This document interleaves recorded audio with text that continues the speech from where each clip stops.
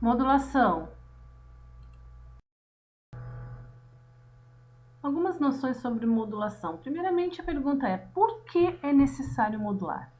Existem vários objetivos para modulação, mas o objetivo principal para modulação é que fisicamente, dentro da nossa faixa de voz, dentro do nosso faixa de frequência, né, do nosso campo auditivo humano, que vai entre 20 Hz e 20 kHz, seria impossível transmitir sinais nessa faixa de frequência muito baixa.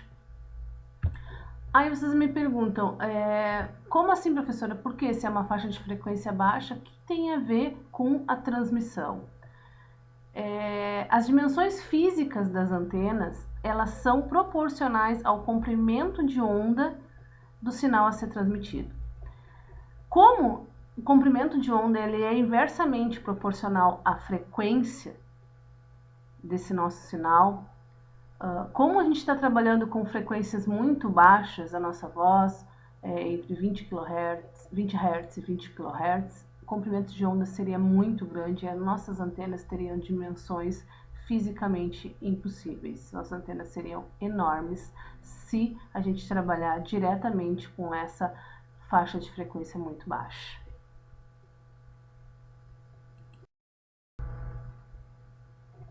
Nós temos então aqui a equação que diz que nosso comprimento de onda, que é proporcional ao tamanho das antenas, é igual à minha velocidade da luz no vácuo dividido pela minha frequência.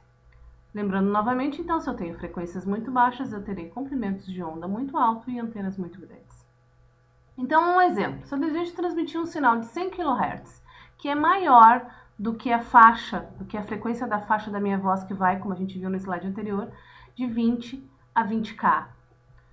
Se eu tenho, então, em torno de 100 kHz, o meu comprimento de onda seria em torno de 3 km.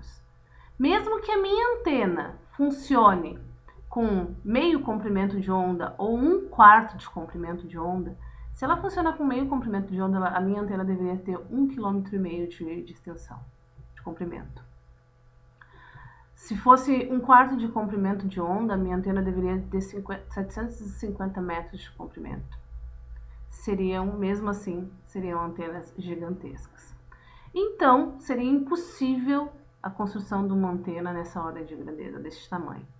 Dessa forma, então, a gente pode ver a impossibilidade da transmissão direta. O que é transmissão direta? A transmissão direta do meu sinal sem tratamento algum. E essa transmissão direta se chama de banda base. Essa faixa de frequência sem tratamento algum se chama banda base.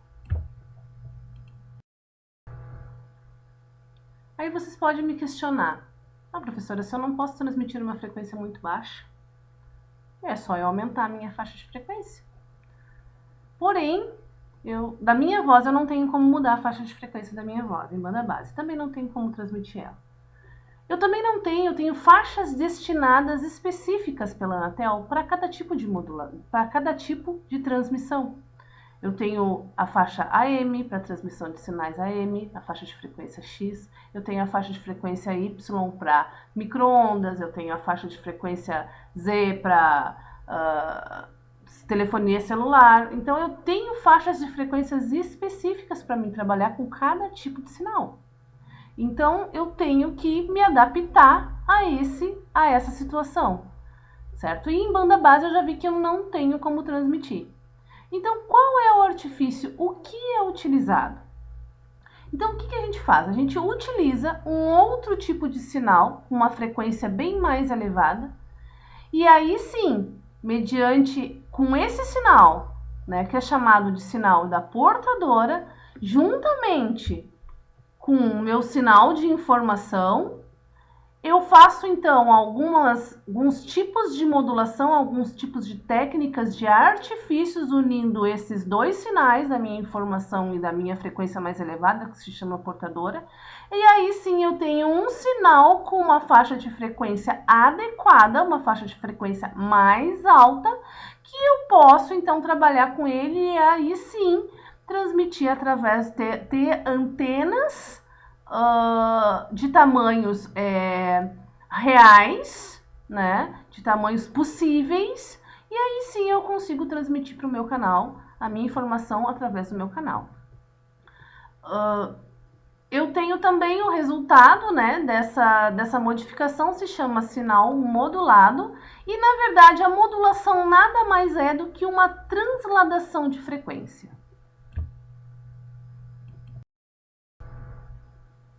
Existem sim outros motivos além desse, né, que é um dos motivos principais, que é a adequação então do meu comprimento de onda para que as minhas antenas sejam possíveis, né, sejam projetadas de tamanhos possíveis. E também existem outros motivos então para a redução do ruído e da interferência. Certos tipos de modulação permitem a redução de efeitos provocados pelo ruído e interferência, à custa de, muitas vezes, de maior largura de banda. Um exemplo, então, é a frequência modulada, que eu não tenho tanto ruído na frequência modulada, na faixa de frequência de FM, né? Na AM eu tenho bem mais ruído, até porque eu trabalho com amplitude, ou com variações na minha amplitude do meu sinal. Porém, né, a FM é melhor do que a AM, mas, né, a AM provoca mais ruído. A FM, então, tem essa vantagem e também tem menos ruído. Então, permite a redução, né, de ruído e interferência. Para a designação de frequência, a separação, então, de estações transmissoras é possível porque cada uma possui uma diferente frequência da portadora. Para multiplexação, permite a transmissão de múltiplos sinais através de um mesmo canal ao mesmo tempo. E para superar problemas de engenharia, se eu estou trabalhando em uma faixa de frequência X e essa faixa de frequência me dá problema, me dá muito ruído, eu posso, né, alterar o meu projeto, ir para uma outra faixa de frequência, trabalhar com uma outra faixa de frequência onde eu possa me adequar menor, ter um ruído menor, uma atenuação melhor, né, do que na faixa de frequência que eu esteja trabalhando.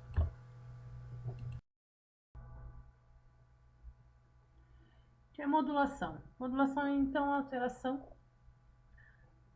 de uma forma de onda chamada portadora, de acordo com as características de uma outra forma de onda, que é o sinal modulante, ou sinal modulador, ou sinal mensagem.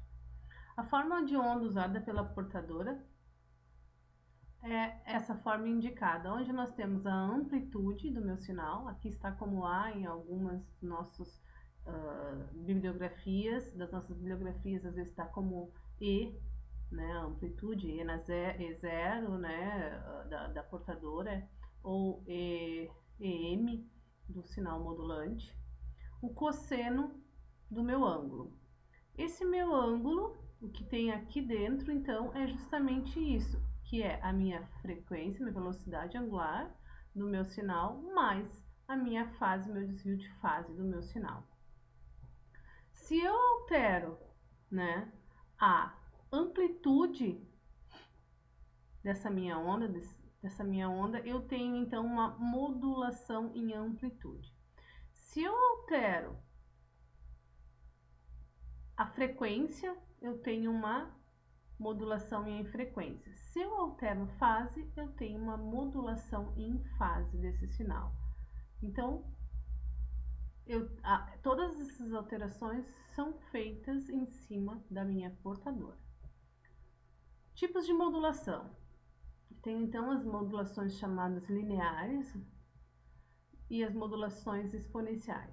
As modulações chamadas lineares são a modulação AM, AM-SB, SSB e VSB. E as modulações exponenciais são chamadas frequência modulada e fase modulada.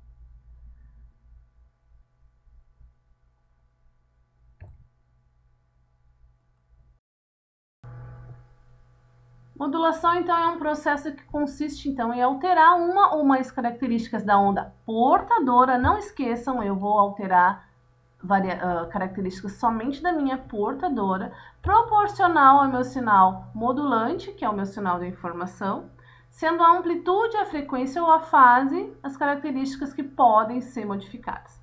O objetivo, então, é produzir um sinal modulado que conduz a informação e cujas propriedades sejam as mais convenientes ao processo de comunicação considerado. O sinal a ser transmitido ele precisa se adequar às condições do canal, como os tipos de antena, receptores e emissores. Aqui então eu tenho um sinal da portadora, uma frequência bem mais alta do que o meu sinal de informação, por exemplo, o sinal da minha voz. Aqui eu tenho então a modulação, o tipo de modulação em amplitude. Vocês percebam que eu vario a amplitude, os meus níveis de tensão da minha onda.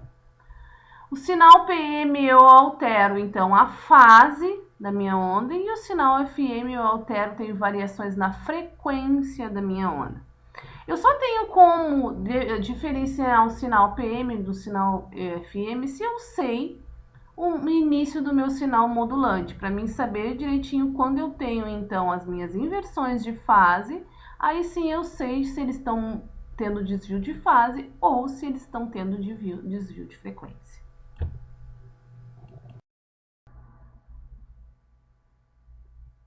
Os tipos então de modulação. Aqui eu tenho então um sinal modulado eu já tenho então aqui dentro desta onda o meu sinal da portadora juntamente com o meu sinal de mensagem. Vocês percebam que uma modulação em amplitude, eu altero a amplitude dessa minha onda. A minha frequência dessa minha onda, percebam que continua constante e a minha fase também. Já uma modulação em frequência, a amplitude se mantém constante, a fase se mantém constante, somente a frequência é alterada. E numa modulação em fase, vocês percebam também que a amplitude se mantém constante, a frequência se mantém constante, o que altera é somente a fase do meu sinal. Idealmente, quando eu mexo na minha fase ou na minha frequência, quando eu mexo na minha fase ou na minha frequência, é muito difícil não ter alteração em uma ou outra. Por exemplo, numa modulação em frequência, eu posso dizer que a amplitude é constante, sim, só que normalmente se diz que a fase é constante, mas ela tem uma pequena variação.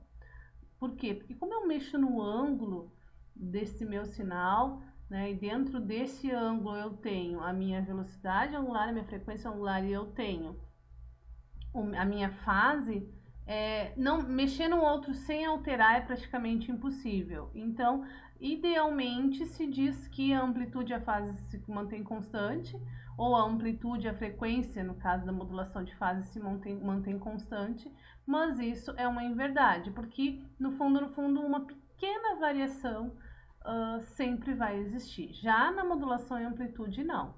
Na modulação e amplitude, a frequência se mantém constante e a fase também. Só o que muda mesmo é a amplitude. Por que é utilizado uma senoide como portadora? Os sinais contínuos, sinais DC, eles não geram variação de campo.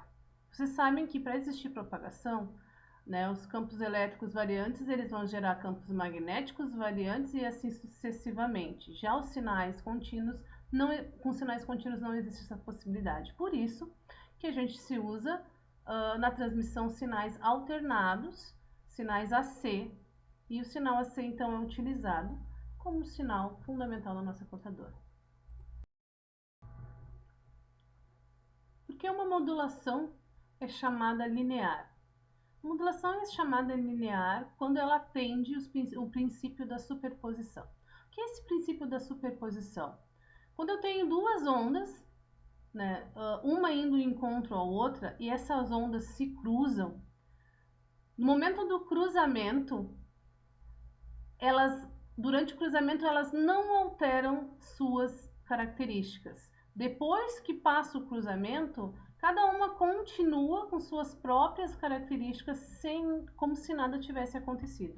Então, a modulação é chamada linear quando acontece essa hipótese, esse cruzamento de ondas sem perder nenhum tipo de característica das mesmas. Eu posso ter diferentes tipos de modulação dependendo do tipo de sinal de informação, da minha informação, que pode ser o sinal analógico contínuo ou pode ser um sinal discreto digital, ou variações no sinal da minha portadora, que também pode ser analógica ou pode ser digital. Quando eu tenho a minha portadora analógica e o meu sinal de informação, meu sinal de entrada também analógico, eu tenho as minhas chamadas modulações analógicas, que são as minhas modulações em amplitude, AM, em frequência, FM e em fase, PM. Quando eu tenho a minha portadora analógica e o meu sinal de entrada digital, eu tenho as minhas modulações digitais, que são as minhas modulações para o chaveamento de amplitude, para o chaveamento de frequência, para o chaveamento de fase e a minha modulação em quadratura, que é uma união da minha modulação ASK em amplitude e PSK em fase. Quando eu tenho a minha portadora digital e o meu sinal de entrada analógico, eu tenho as minhas chamadas modulação de pulso, que são a minha modulação em amplitude PAM, em largura PWM, em posição PPM, eu tenho a minha modulação PCM, modulação por código de pulso. Quando eu tenho a minha portadora digital e o meu sinal de entrada também digital, eu tenho os chamados, na verdade não tenho modulação neste caso, eu tenho os chamados códigos de linha.